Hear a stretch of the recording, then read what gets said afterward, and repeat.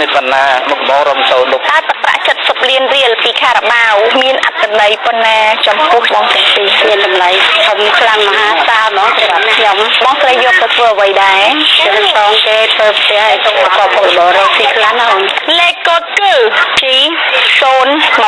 ពិតជាត្រឹមត្រូវ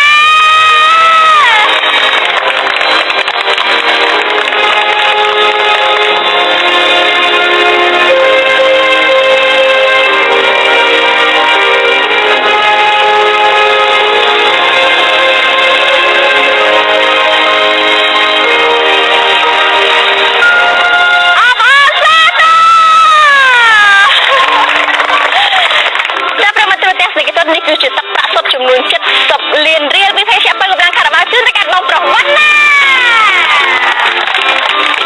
សូមផ្ដាំបងប្អូនជាប្រវត្តិទាំងអស់ជឿសាខារ៉ាបាវដូចខ្ញុំគឺមានរង្វាន់ពិតៗភេសជ្ជៈកម្លាំងខារ៉ាបាវចែករង្វាន់ជាច្រើនដូចជារង្វាន់70 លានរៀលចំនួន50រង្វាន់ម៉ូតូចំនួន50គ្រឿងទូរស័ព្ទ iPhone ចំនួន50រង្វាន់ព្រមទាំងរង្វាន់ភេសជ្ជៈកម្លាំងខារ៉ាបាវមួយកំប៉ុង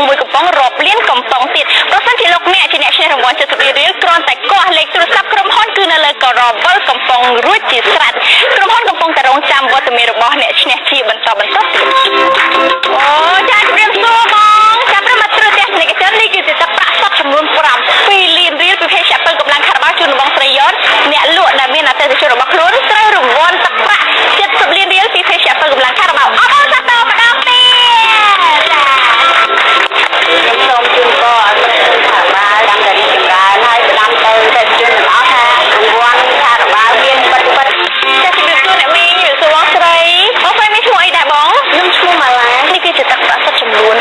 70 ម៉ឺនរៀលចាជូនទៅកាន់បងស្រីអ្នកដែលតាំងច្រើនហើយស្អាតជាងគេនៃភេសជ្ជៈកម្លាំង